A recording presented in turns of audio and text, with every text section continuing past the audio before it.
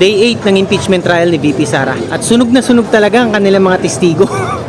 Pagmula dyan kay Director Matibag, no, nung tinanong nga siya ni Attorney Binluan tungkol dun sa batas, no, kung naalala niya. Siyempre, attorney at abogado nga itong si Director Matibag, di ba? Dapat alam niya yung Rule 113 Section 5 ng Revised Rules of Criminal Procedure, pero hindi niya nasagot.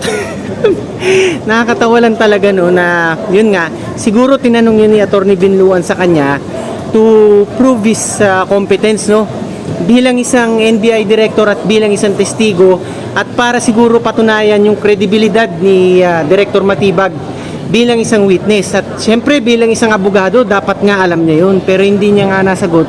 Kaya siguro ang sinabi na lang niya, refresh me sir.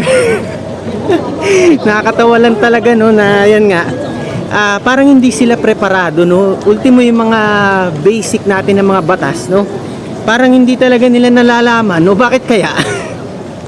Yan nga, talagang napakapangit ng performance ng prosecution, yan ang masasabi ko, no.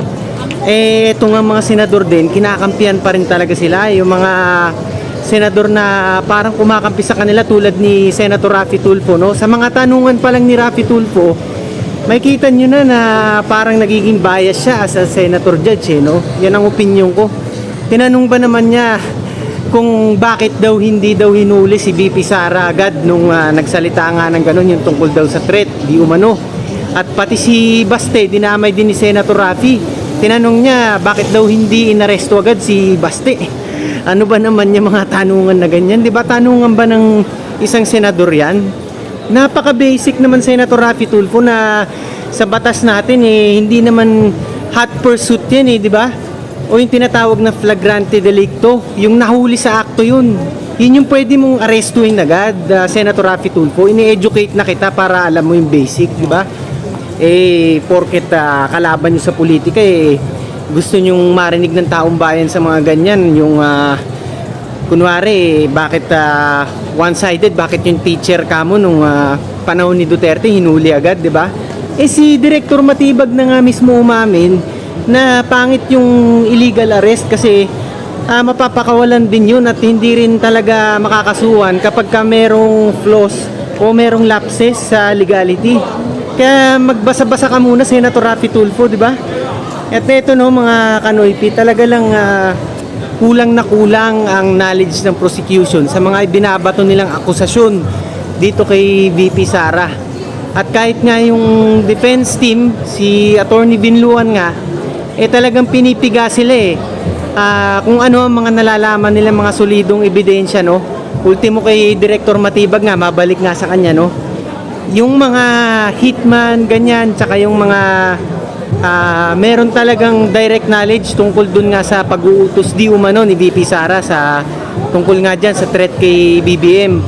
Hindi talaga nasabi ni Director Matibag na meron siyang knowledge, personal knowledge, wala daw anong knowledge pa lang nalalaman mo dyan, Director Matibag, samantalang pa-witness ka dyan sa Senado, di ba?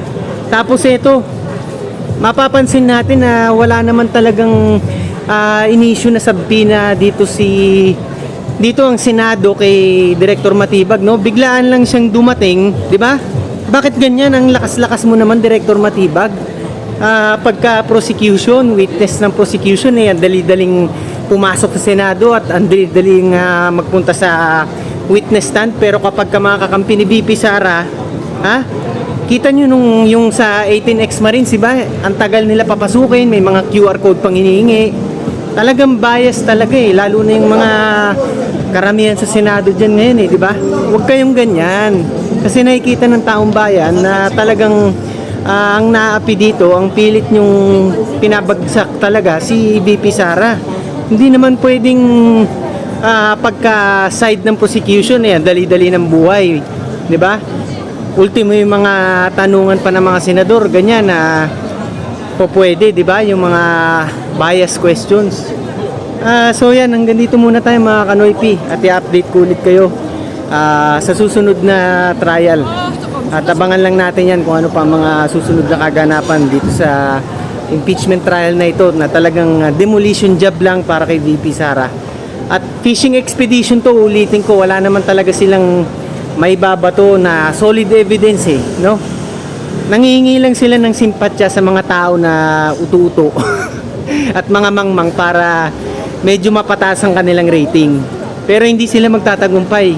Kita nyo nga si Senator Rize eh, 0.01% lang ang ano daw ang rating sa survey. Grabe no.